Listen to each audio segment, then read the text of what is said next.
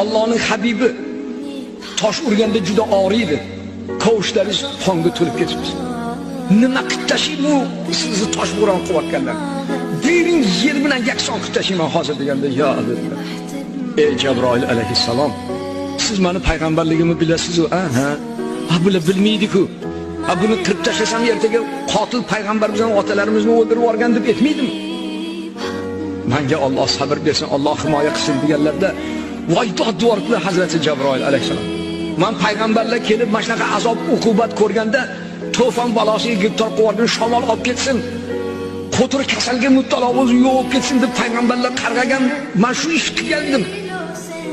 Voy shunaqa sabrlimisiz? Bekorga Alloh taolo sizni habibim demagan ekan.